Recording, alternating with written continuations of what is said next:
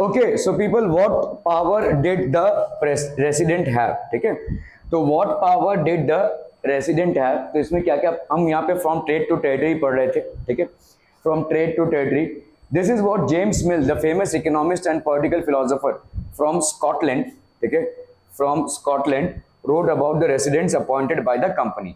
तो जो रेसिडेंट्स थे, जो कंपनी मतलब ईस्ट इंडिया कंपनी जिनको अपॉइंट कर रही थी, ठीक है, तो what powers did they have, उनके पावर क्या क्या थे जिनको कंपनी अपॉइंट कर रही थी इंडिया के पॉलिटिकल सिस्टम में या इंडिया को मैनेज करने के लिए, ठीक है। Okay, so we place a resident who really is king of the country whatever injunctions of non interference he may act under, ठीक है। तो हम एक किंग की तरह ट्रीट करते हैं रेसिडेंट को, ठीक है। तो इंस्ट्रक्शंस, इंजक्शन मतलब जो भी आपका इंस्ट्रक्शन उसको मिला हुआ आता है कि इसमें इंटरफेयर मत करो, इनका मामला है, ठीक है, we treat him with non interference, ठीक है। इन्होंने क्या लिखा है, ये एक हिस्टोरियन है और इन्होंने जो चीजें लिखी हुई हैं उसके ऊपर काफी सारा उस टाइम पे जो हुआ था उसका हमको एक अंदाजा होता है, ठीक है। As long as the prince acts in perfect subservience and does what is agreeable to the residents, that is to the British government, things go on quietly. जब तक भाई साहब कोई किंग है और वो वही कर रहा है जो रेसिडेंट्स को, मतलब रेसिडेंट्स मतलब जो ब्रिटिश के लोग हैं, तो ब्रिटिशर्स को तकलीफ नहीं दे रहा है, वो एकदम सही सही चल रहा है, ठीक है। Things go on quietly, they are manage without the resident appearing much in administration of affairs. तो रेसिडेंट जो होगा, मतलब रेसिडेंट यहाँ पे कौन है, resident is basically what, the British company के लोग, ठीक है, द ब्रिटिशर्स बेसिकली, ठीक है, ब्रिटिशर्स, ईस्ट इंडिया कंपनी के लोग, in this case it is East India company, ठीक है, this is East India company. So as long, जब तक भाई साहब, जब तक किंग जो है वही कर रहा है जो रेसिडेंट्स बोल रहे हैं और कोई मतलब तकलीफ नहीं दे रहा है रेसिडेंट्स को, तब तक रेसिडेंट्स भी किंग को कोई तकलीफ नहीं देंगे और बीच में नहीं घुसेंगे।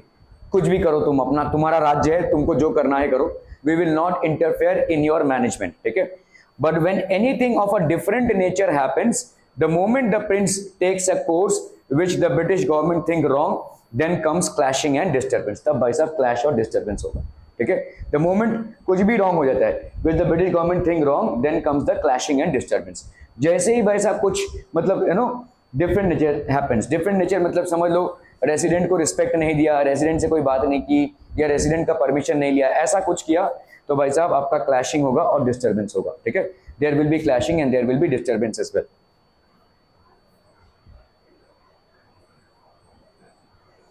Tipu Sultan, the tiger of Mysore, the legend of Tipu, from trade to territory में देखेंगे। टीपू सुल्तान कौन थे भाई साहब, इनको टाइगर ऑफ मैसूर बोला जाता था। मैसूर बेसिकली बैंगलोर के उधर है।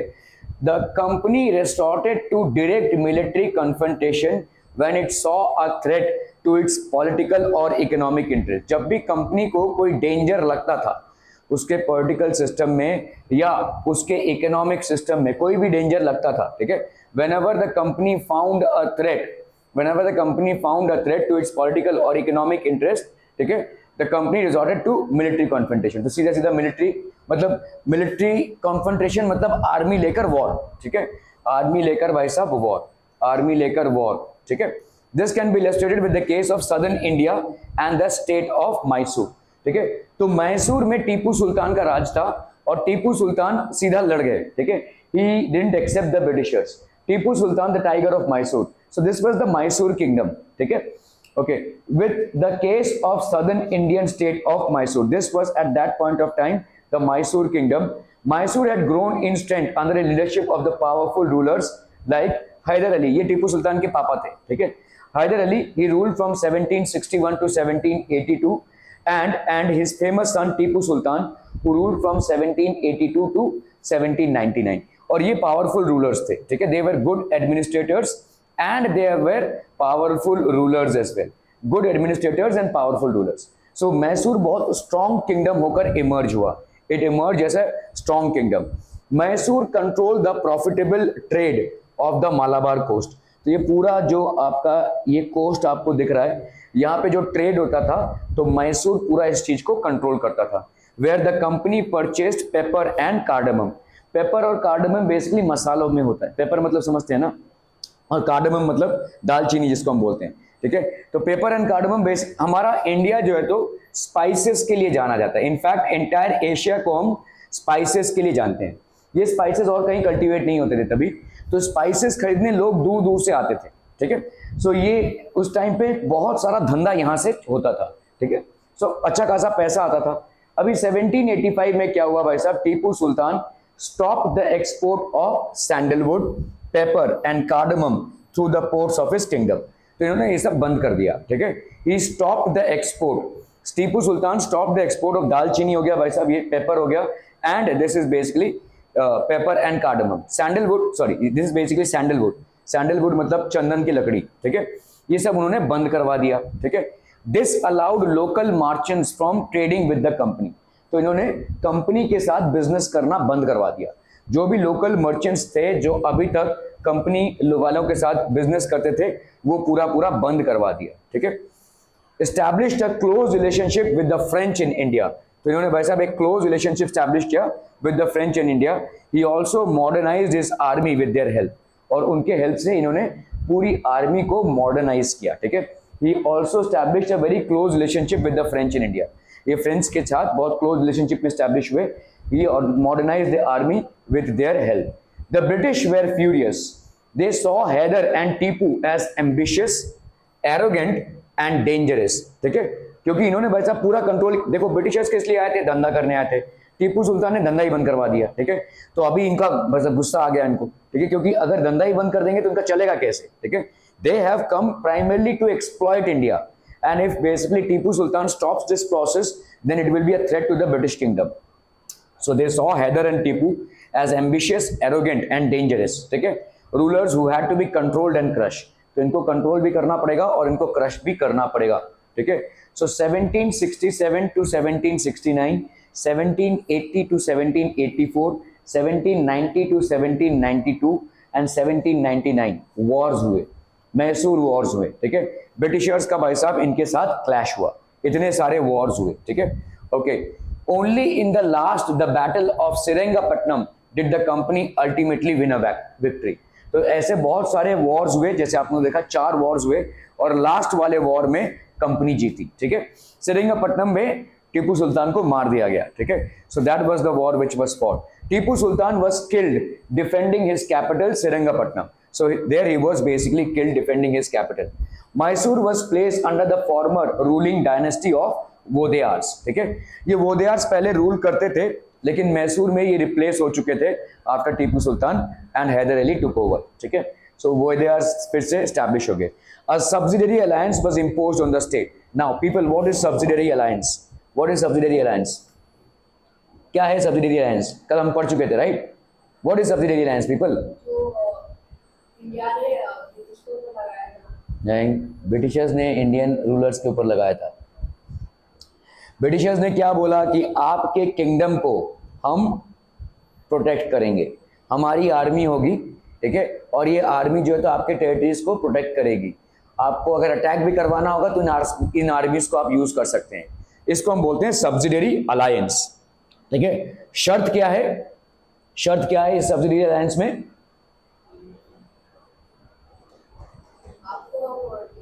आपको हमें पूरा इनका भरण पोषण करना पड़ेगा, हमको रेवेन्यू देना पड़ेगा, ठीक है। That is basically subsidiary alliance.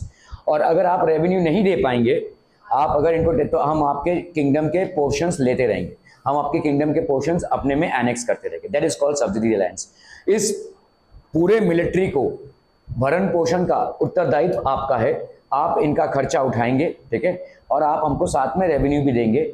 अगर आप रेवेन्यू देते हुए फेल होते हैं तो हम आपके किंगडम के पार्ट्स अपने उसमें एनेक्स करते रहेंगे, ठीक है। So this is called subsidiary alliance, ठीक है। सो जैसे ही मतलब इनको मार दिया गया, मतलब after Tipu Sultan lost, a subsidiary alliance was imposed on the state. एक सब्सिडियरी अलायंस इम्पोज हुआ। Kings are often surrounded by the legend and their powers glorified through folklore. Here is a legend about Tipu Sultan, who became the ruler of Mysore in 1782. It is said that once he went hunting in the forest with a French friend. There he came face to face with a tiger. Okay? His gun did not work and his dagger fell to the ground. Okay? He battled with the tiger unarmed till he managed to reach down and pick up the dagger. ठीक है। Finally he was able to kill the tiger in the battle. तो मतलब एकदम मतलब without कोई हथियार से ही उस टाइगर से वो लड़ पड़े। After this he came to be known as the tiger of Mysore. He had the image of the tiger on his flag. तो उनके फ्लैग में भी टाइगर का ही इमेज हुआ करता था। तो ही was a very brave person who died fighting with the British. ठीक है, तो ब्रिटिशर्स के साथ लड़ते लड़ते वो मारे गए, बट ये बहुत बड़ा एक मिसाल बना। ठीक है, ये एक बहुत बड़ा एग्जाम्पल बना। ठीक है, war within the Marathas. ठीक है, from the late 18th century the company also sought to curb and eventually destroy the Maratha power. क्योंकि उस टाइम पे मराठा पावर बहुत स्ट्रांग थी। ठीक है, Maratha power was very strong. ठीक है, तो कंपनी ने डिसाइड किया let's destroy the Maratha power, क्योंकि ये अगर स्ट्रांग रहेगा तो हमारे लिए आज नहीं तो कल क्या हो जाएगा, खतरा बन जाएगा। ठीक है, with their defeat in the third battle of Panipat in 1761 the Marathas dream of ruling from Delhi was shattered. ठीक है, इनका डिफीट हुआ, third battle of Panipat fought हुआ इन 1761। मराठास का जो ड्रीम था to rule from Delhi, it was shattered. ठीक है, okay. They were divided into many states under different chiefs, sardars belonging to the dynasties such as Scindia dynasty, Holkar dynasty, Gaikwad dynasty, Bhosle dynasty। तो एक बार शिवाजी महाराज के बाद ये सरदारों में Maratha kingdom, अभी मराठा किंगडम एक्सपैंड हुआ, और एक्सपैंड होने के बाद ये सारे भाई साहब मराठा रूलर्स बने। ठीक है, these were basically all the Maratha rulers, Scindia, Holkar, Gaekwad, Bhonsle. They were divided into many states under different chiefs और सरदार। तो ये मराठा सरदार थे।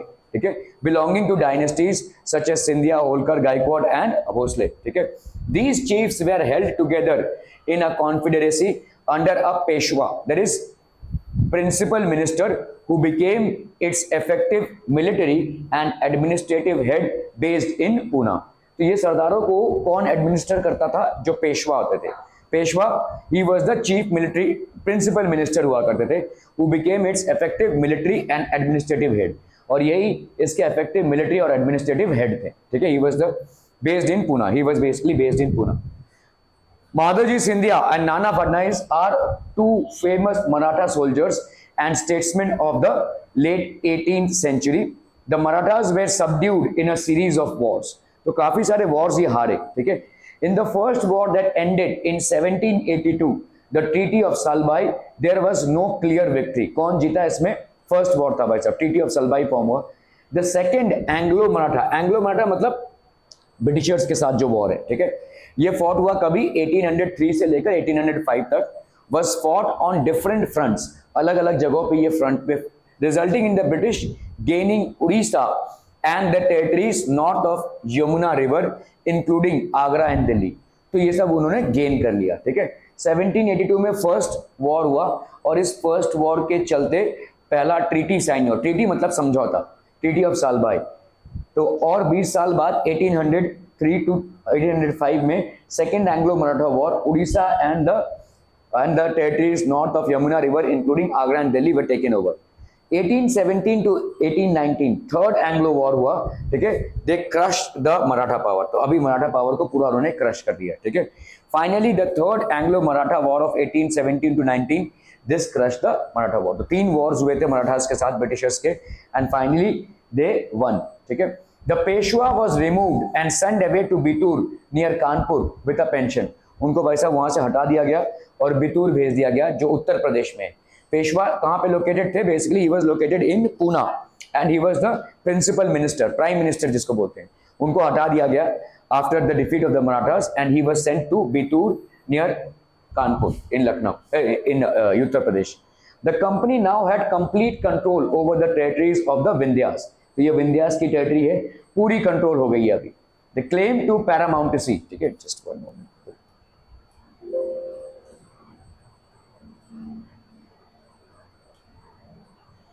The claim to paramountcy, it is clear from the above that from the early 19th century the company pursued an aggressive policy। तो company की भाई साहब एक एग्रेसिव पॉलिसी थी। The company pursued an aggressive policy of territorial expansion. तो company बहुत aggressively क्या कर रहा था भाई साहब? टेरिटरीज को एक्सपैंड कर रहा था। It was basically into territorial. Under lord Hastings a new policy of paramountcy was initiated. Governor general थे लॉर्ड हेस्टिंग्स। कौन थे governor general? He was the governor general from 1830 to 1823। So lord William Hastings was the governor general, ठीक है, और उनके under में paramountcy launch किया गया। Now the company claim that it's authority was Paramount और सुप्रीम। तो कंपनी ने क्लेम किया कि इनकी अथॉरिटी जो है बेसिकली पैरामाउंट है या सुप्रीम है, hence it's power was greater than that of Indian, ठीक है, तो इंडिया से भी इनकी पावर जो है तो ग्रेटर है, ठीक है। In order to protect its interest, it was justified in annexing or threatening to annex any Indian kingdom, ठीक है। So अपने इंटरेस्ट को प्रोटेक्ट करने के लिए it was justified in annexing or threatening to annex any Indian kingdom। तो ये भाई साहब अपने, क्योंकि अभी संपूर्ण मतलब पावरफुल है, तो ये भाई साहब किसी भी के भी किंगडम को एनेक्स कर लेंगे या उसको धमकी देंगे कि हम भाई साहब एनेक्स करने वाले हैं, ठीक है। They used to do this. This view continued to guide later British policies as well। तो इसी से भाई साहब ब्रिटिश पॉलिसीज लेटर गाइड होने लगा। This process however did not go unchallenged. For example, when the British tried to annex the small state of Kittur in Karnataka, Rani Channamma took to arms and led an anti British resistance movement, ठीक है। इन्होंने भाई साहब Britishers के साथ fight किया। She was arrested in 1824 and died in prison in 1829, ठीक है। But Rayana, a poor चौकीदार of Sangoli in Kittur, carried on the resistance, ठीक है। After that, he basically एक चौकीदार थे, मतलब हवलदार थे, लेकिन इन्होंने रेजिस्टेंस को कैरी रखा।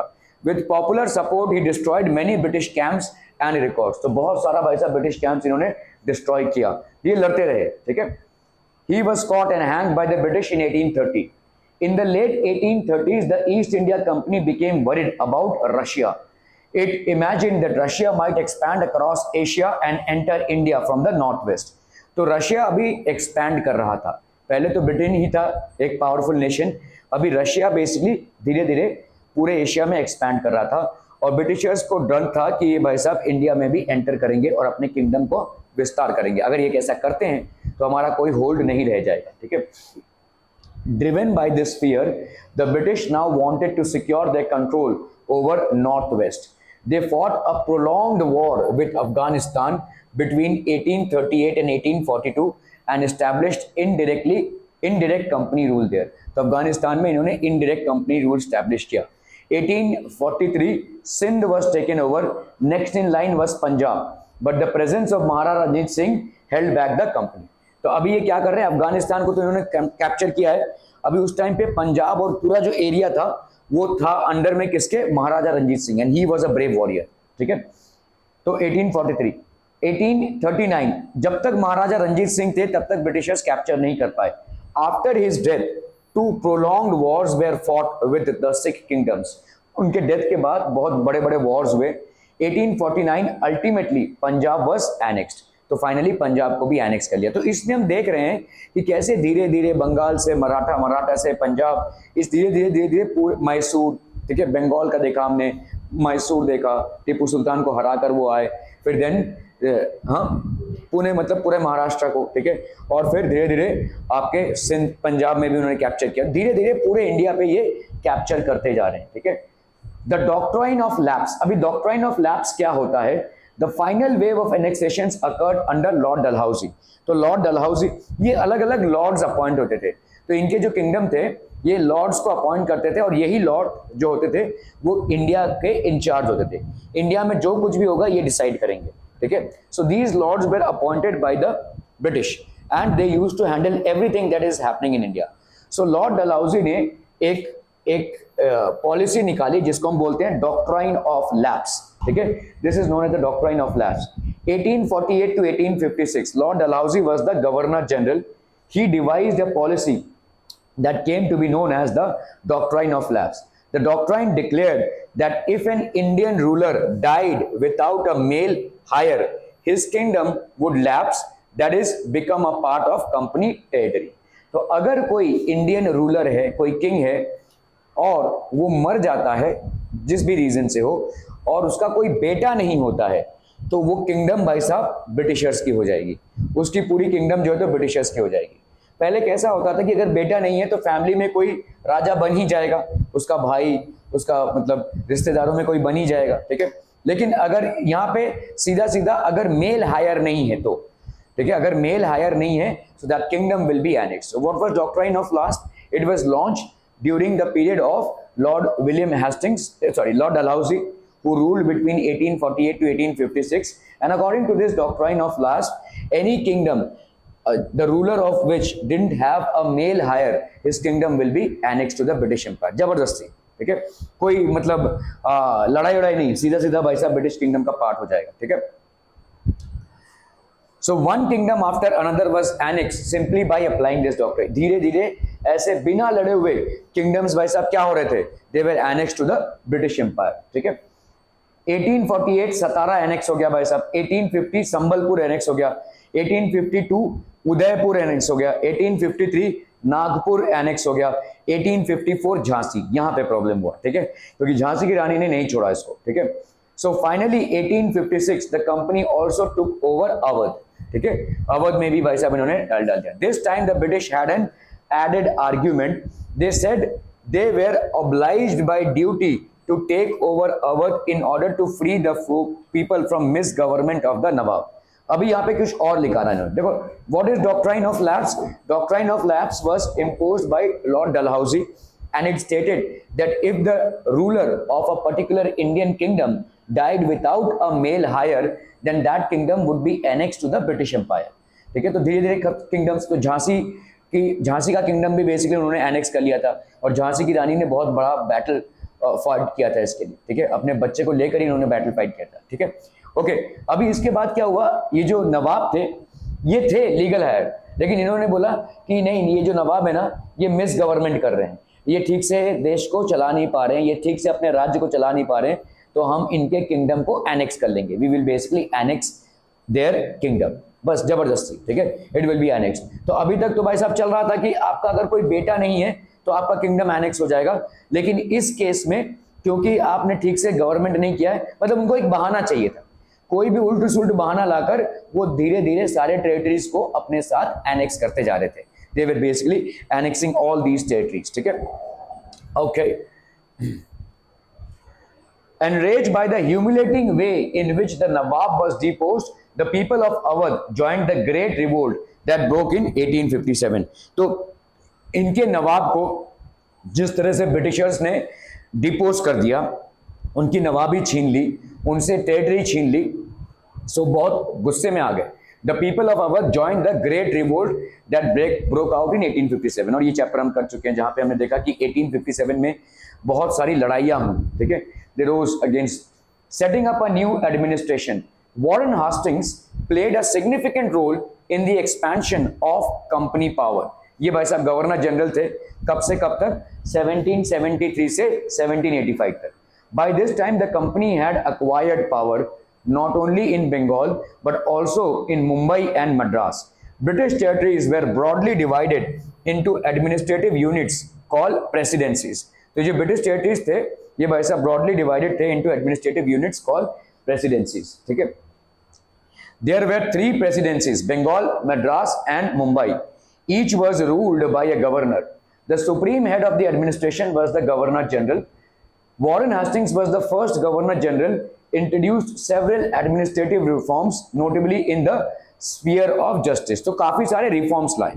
तो यहाँ पे हम ये भी देखने की कोशिश कर रहे हैं कि ब्रिटिशर्स लोग काफी सारे रिफॉर्म्स भी लाए, हमारे सोसाइटी को बहुत सारे तरीकों से उन्होंने रिफॉर्म करने की कोशिश भी की, ठीक है. They started reforming our society. Okay, from 1772 a new system of justice was established. Each district was to have 2 courts. System of justice, a criminal court, जिसको हम क्या बोलते थे, फौजदारी अदालत, ठीक है. तो each district, हर एक डिस्ट्रिक्ट में 2 कोर्ट्स होंगे. कोर्ट मतलब जहां पे चीजों का फैसला होता है भाई साहब, ठीक है.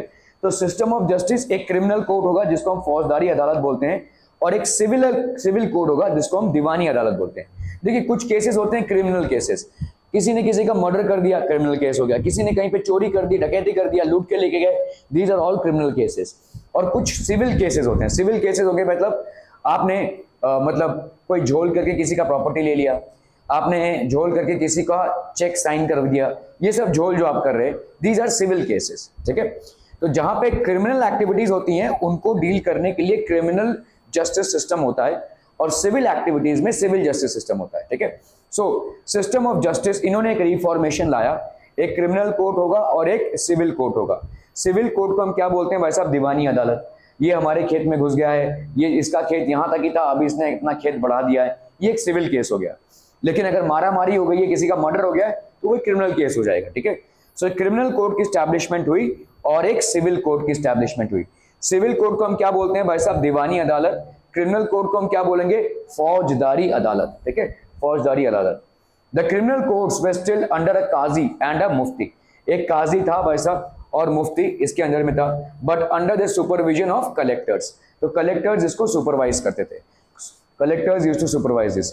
European district collectors presided over civil courts, ठीक है। Maulvis and Hindu pandits interpreted Indian laws for them. ये मौलवीज और हिंदू पंडित्स भाई साहब इंटरप्रेटेड करते थे, मतलब जो मौलवीज होते थे या हिंदू पंडित्स होते थे वो इनको बताते थे कि इंडियन लॉज क्या है, भाषा में चेंज करके, ठीक है। A major problem was that Brahman Pandits gave different interpretations of local laws based on different schools of Dharmasutra. To bring about uniformity in 1775, 11 Pandits were asked to compile a digest of Hindu laws. तो अलग अलग ब्राह्मण लोग Hindu laws को अलग अलग तरीकों से प्रेजेंट करते थे। तो 1775 में क्या हो गया भाई साहब? इन्होंने बोला, ब्रिटिशर्स ने बोला कि आप ये काम करें, आप एक डाइजेस्ट बनाइए, सब लोग आइए। तो 11 पंडितों को बुलाया गया, 11 पंडितों को बुलाया गया और उन्होंने एक डाइजेस्ट को कंपाइल किया हिंदू लॉज। जैसे आप डाइजेस्ट खरीदते हो वैसा किसी बुक को समझने के लिए, ठीक है, तो डाइजेस्ट एक गाइड की तरह। तो इनको बुलाया गया और बोला गया कि भाई आप एक डाइजेस्ट कंपाइल करो सारे हिंदू लॉज का, ताकि सारी चीजें एक बुक में ही आ जाएं, ठीक है। तो 1775 में कंपाइल हुआ। N.B. Hallhead translated this digest into English. By 1778, a code of Muslim laws was also compiled for the benefit of European judges. European judges के benefit के लिए by 1778, a code of Muslim laws was also compiled for the benefit of European judges. ठीक है। Under the Regulating Act of 1773, a new Supreme Court was established, while a court of appeal, the Sardar Nizamat Adalat, was also set up at Calcutta. ठीक है, ये setup हुआ भाई साहब। The principal figure in an Indian district was the collector.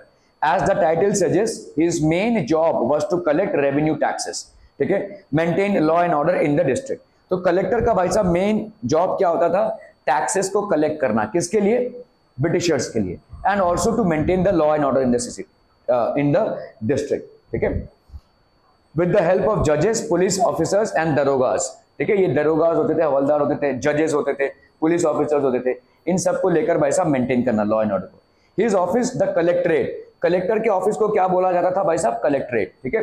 Became the new centre of power and patronage that steadily replaced previous holders of authority. जो पहले थे उनको रिप्लेस करते हुए ये बनता गया, ठीक है। Impeachment, impeach the common enemy and oppressor of all, the common company army, ठीक है। Just one moment people.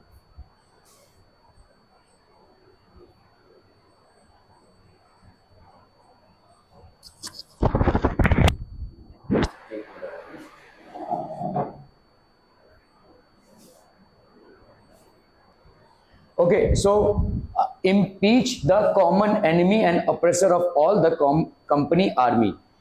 I impeach the common enemy, oppressor of all, ठीक है। I impeach. Here is a passage from Edmund Burke's, तो Edmund बर्ग जो थे, ठीक है, Edmund Berg's eloquent opening speech during the impeachment of Warren Hastings. तो Warren Hastings को remove किया गया, ठीक है। वॉरेन हेस्टिंग्स को impeachment मतलब रिमूव करना, ठीक है। किसी को अगर किसी पद से रिमूव किया जाता है, किसी को अगर किसी पोस्ट से रिमूव किया जाता है, तो उसको हम क्या बोलते हैं? इम्पीचमेंट। सो एडमंड बर्ग ने ये चीज लिखी, I impeach him in the name of the people of India whose rights he has trodden under his foot and whose country he has turned into a desert।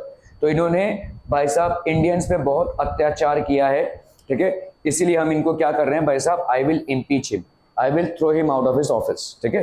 So this was him. तो ऐसा नहीं है कि एक तरफा ही था, ठीक है, कुछ ब्रिटिशर्स मतलब कभी कभी इंडियंस का साइड लेते भी थे, ठीक है, इतना ज्यादा भी कड़क नहीं थे वो, ठीक है। They took side.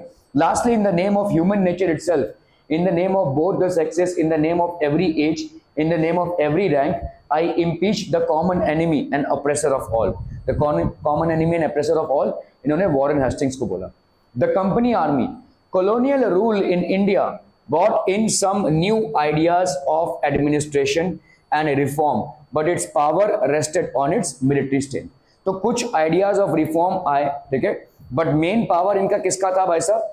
Military strength का था, ठीक है, it was basically military strength, ज्यादा करके इनका पावर था भाई साहब military power. Colonial rule in India brought in some new ideas of administration, कुछ नए आइडियाज डेफिनेटली आए, लेकिन इनका मेन जो पावर था उनका मिलिट्री स्ट्रेंथ था, ठीक है, बहुत बड़ी आर्मी और सोफिस्टिकेटेड आर्मी थी, ठीक है। The Mughal army was mainly composed of cavalry, that is sowars trained, सवार बोलते हैं ना, घुड़सवारी कर रहे हो क्या, तो sowars trained soldiers on horseback, जो हॉर्स चलाते थे। इन्फेंट्री पैदल फुट सोल्जर्स, ठीक है, इन्फेंट्री पैदल foot soldiers. The cavalry dominated the army, ज्यादा करके भाई साहब लोग कहाँ के थे? कैवलरी के थे। They were given training in the archery, तीरंदाजी and the use of sword, तीरंदाजी मतलब आर्चरी एंड स्वॉर्ड का यूज करना, ये सब ट्रेनिंग इनको मिली हुई थी, ठीक है। The Mughal state did not feel the need to have a large professionally trained infantry, तो इनको ऐसा लगा नहीं कि बहुत बड़ी एक ट्रेंड आर्मी होनी चाहिए, इन्फेंट्री होनी चाहिए, ठीक है, क्योंकि उनका चल रहा था वही काफी बड़ा था भाई साहब, ये कुछ घुड़सवार और इन्फेंट्री से ये अपना काम चला रहे थे। छोटे मोटे जो राज्य हैं या एक्सपेंशन इससे हो रहा था, छोटे मोटे जो वॉर्स है वो जीत रहे थे। The rural areas had a large number of armed peasants and the local zamindars often supplied the Mughals with पैदल soldiers, ठीक है। तो रूरल एरिया जो ग्रामीण क्षेत्र थे वहां पे बहुत सारे आर्म्ड पीजेंट्स थे। आर्म्ड पीजेंट्स मतलब जिनके पास बंदूक थी, जिनके पास भाई साहब मतलब तलवार वगैरह था, ठीक है, ऐसे पीजेंट्स मतलब फार्मर्स। तो ये क्या करते थे, जो लोकल पीजेंट्स होते थे और जमींदार जो होते थे वो ये मुगल साम्राज्य के रूलर्स को इनको सप्लाई करते थे, ठीक है, पैदल सोल्जर्स से सप्लाई करते थे। तो इनकी इन्फेंट्री इसी से थी, ठीक है।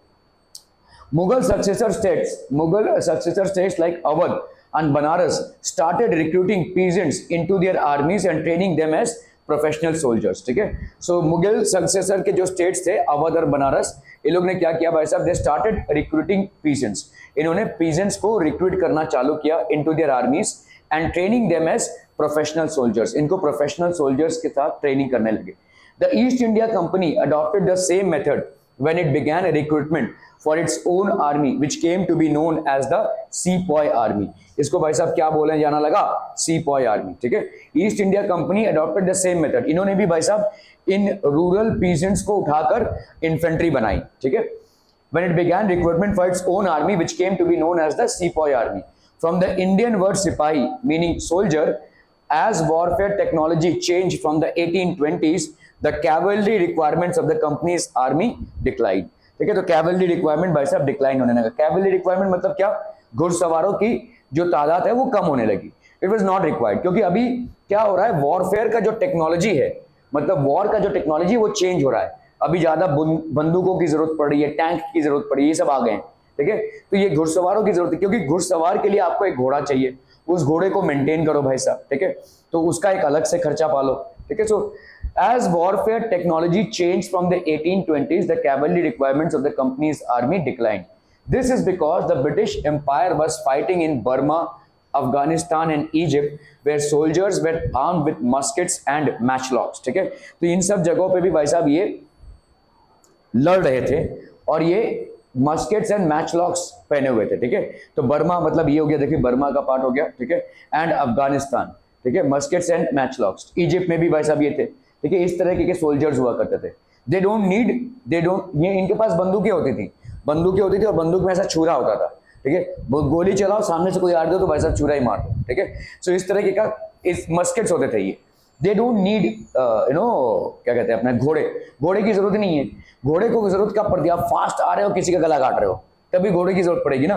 लेकिन अगर मैं खड़े खड़े यहाँ से गोली चला सकता हूँ तो why would I need a horse, ठीक है। तो वो एक खर्चा बन जाता है। The soldiers of the company's army had to keep pace with the changing military requirements and its infantry regiments now became more important। तो आप एक तरफा देखोगे तो मुगल एम्पायर ने अपने इन्फेंट्री को इग्नोर किया। इन्फेंट्री कौन थी? पैदल। और ये पैदल लोग कौन थे भाई साहब? जो मतलब थोड़ा बहुत बंदूक चला लेते थे, या वो मतलब आर्म्स थे थोड़ा सा इनके पास, ठीक है। लेकिन इन्होंने खास ध्यान दिया इन पे, इन्फेंट्री पे खास ध्यान दिया, इनको बंदूकें चलानी सिखाई, बंदूक प्रोवाइड किया इनको भी, ठीक है। They basically provided them with guns, and they also were important. 19th century, the British began to develop a uniform military culture. Soldiers were increasingly subjected to European style training. तो Europeans को जैसे training दिया जाता था वैसा training दिया जाने लगा. Soldiers were increasingly subjected to European style training. तो यूरोपियन स्टाइल ट्रेनिंग देनी जाने लगी. ठीक है, ड्रिल, डिसिप्लिन, ठीक है, regulated their life far more than before. ठीक है, इनको भाई साहब अलग ही लाइफ दे दिया इन्होंने. Often this created problems since caste and community feelings were ignored in building a force professional soldiers. ठीक है, तो ज्यादा करके ये क्या, often this created problems, ज्यादा करके ये problems create करने लगा because caste and community feelings were ignored. ठीक है, and in building a professional soldiers. तो कास्ट कौन किस जात से आता है या कौन किस प्रजाति का है, ये सब चीजों को इग्नोर किया जाता था. भाई साहब आर्मी बनाई जा रही है, सिंपल न्यूट्रल आर्मी बना जा रही है. Could individuals so easily give up their caste and religious feelings? तो एक ही इन्फेंट्री में सोल्जर्स हैं और अलग अलग कास्ट के हैं, अलग अलग रिलीजन्स के हैं. और आप जानते हैं कि इंडिया में कास्ट और रिलीजन बहुत स्ट्रांग है. लोग अपने कास्ट और रिलीजन को बहुत स्ट्रांगली फॉलो करते हैं. छुआछूत की परंपरा थी भाई साहब. ठीक है, एक कास्ट के लोग दूसरे कास्ट को देख नहीं पाते थे. अभी दोनों को एक साथ ब्रिटिशर्स के लिए लड़ना पड़ रहा है. ठीक है, so these things the Britishers didn't consider. Could they see themselves only as soldiers and not as members of communities? What did the sepoys feel? How did they react to the changes in their lives and their identity? That is the sense who they were. Sepoys मतलब जो Britishers लोगों ने infantry बनाई थी. The revolt of 1857 gives us a glimpse into the world of sepoys. You will read about this revolution. आपने भाई साहब पढ़ा था. ठीक है, मंगल पांडे वगैरह जिन्होंने अपराइजिंग किया. ठीक है, 1857 में. So we have already learnt about them, right? We have already basically learnt about them. ठीक है, 1857 की वॉर में. Just one moment people.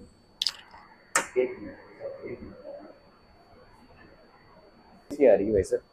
The revolt of 1857 gives us a glimpse. The revolt of 1857 gives us a glimpse into the world of sepoys. You will read about this revolt in the chapter 15 in the okay. Thus, the East India Company was transformed from a trading company into a territorial colonial power. तो एक trading company से ये क्या बन गई भाई साहब, territorial colonial power बन गई भाई साहब. ठीक है, conclusion, slave trade in south Africa. The arrival of new stream technology in the early 19th century also aided this process. तो भाई साहब स्टीम टेक्नोलॉजी आ गई थी. ठीक है, स्टीम टेक्नोलॉजी ने भी इस प्रोसेस को भाई साहब ठीक है अराइवल किया. Till then it would take anywhere between 6 and 8 months to travel to India by sea. तभी एक ही रूट हुआ करता था. ए भाई साहब चलो मतलब इंडिया, अगर इंडिया में पहुंचना है ब्रिटिशर्स को, it will take anywhere between 6 and 8 months. 6 to 8 months. It will take anywhere between 6 to 8 months for them to travel all the way up to India. Steamships reduce the journey time. तभी steam ships आ गई थी भाई साहब, मतलब बहुत जोर से जाती थी ये. पहले तो एकदम नॉर्मल शिप्स हुआ करती थी. लेकिन नॉर्मल शिप्स मतलब उसको ऐसे वो एक पाड़ा होता है ना उस हवा से, हाँ, तो उससे जाता है वो. लेकिन अभी क्या हो गया, स्टीम शिप्स हो गई. ठीक है, तो steam ships reduce the journey time from 2 to 3 weeks, enabling more Britishers and their families to come to far off country like India.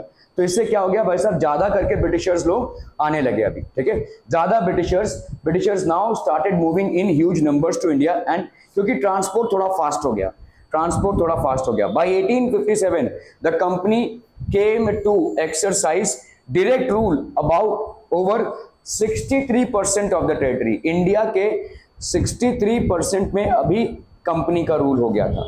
India के 63% में अभी कंपनी का रूल हो गया. 78% of the population of the Indian सब continent, 78% population को अभी company rule कर रही थी. एरिया वाइज कितना था भाई साहब, 63%, और पॉपुलेशन वाइज कितना था भाई साहब, 78%. ठीक है, okay. Combined with its indirect influence on the remaining territory population of the country. तो इनका इनडायरेक्ट इन्फ्लुएंस तो था ही. इनडायरेक्ट इन्फ्लुएंस मतलब कैसा, जैसे समझो अभी हमारा क्या कहते हैं, लेट्स से विशाल एक फार्मर है और ये एक लैंडलॉर्ड है. ठीक है, ही इज बेसिकली विदित एक लैंडलॉर्ड है. तो ब्रिटिशर्स क्या करेंगे, टैक्स इनको लेना है विशाल से, लेकिन विशाल के साथ इंटरेक्ट नहीं करेंगे, ये इसके साथ इंटरेक्ट करेंगे. हाँ भाई टैक्स का क्या हुआ, अभी ये भाई साहब इसके अंडर में ऐसे 4-5 और फार्मर्स रहेंगे जिनका टैक्स लेकर ये ब्रिटिशर्स को देगा।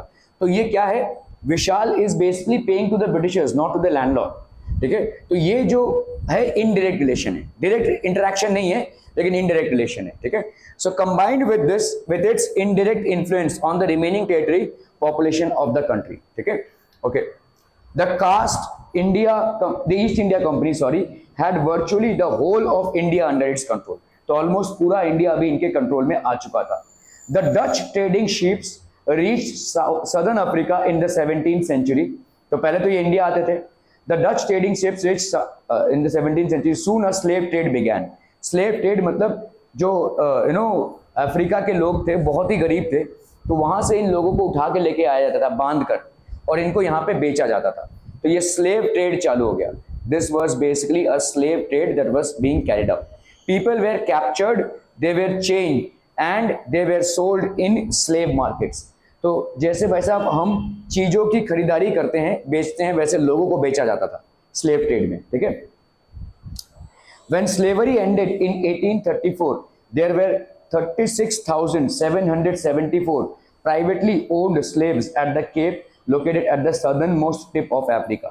तो जब स्लेवरी को पूरे यूनिवर्स में, पूरे वर्ल्ड में बैन किया गया, ठीक है, उस टाइम पे अप्रोक्सीमेटली 40,000 स्लेव अभी एग्जिस्ट कर रहे थे एक जगह पे अफ्रीका में। ठीक है, 40,000 पर्सनल स्लेव्स। कोई खाना बना रहा है किसी का, कोई भाई साहब झाड़ू पोछा बर्तन कर रहा है, कोई भाई साहब किसी के गार्डन में काम कर रहा है, कोई किसी के खेत में काम कर रहा है, ऐसे स्लेव्स थे। ठीक है, a visitor to the Cape in 1824 has left a moving account of what he saw at a slave auction। slave auction मतलब क्या होता है, स्लेवों की बेचे जाने का प्रोसेस और खरीदे जाने का प्रोसेस, तो इसको हम बोलते हैं slave auction। Having learned that there was to be a sale of cattle, farm stock etc. by auction, we halted our wagon for the purpose of procuring fresh oxen। ठीक है, among the stock was a female slave and her 3 children। In fact females भी slave होते थे, उनके बच्चे भी slave होते थे। All these were basically slaves. ठीक है, तो इतना भाई साहब होता था उस टाइम पे। The farmers examined them as if they had been so many head of cattle, they were sold separately and to different purchasers. इन बच्चों को भी बेच दिया गया। ठीक है, मतलब जैसे गाय भैंस बेचते थे लोग, वैसे ही ह्यूमन बींग्स की खरीदारी और बेची जाती थी। ठीक है, उस टाइम पे। तो this was basically a slave trade. The tears, the anxiety, the anguish of the mother while she cast heart-rending look upon her children।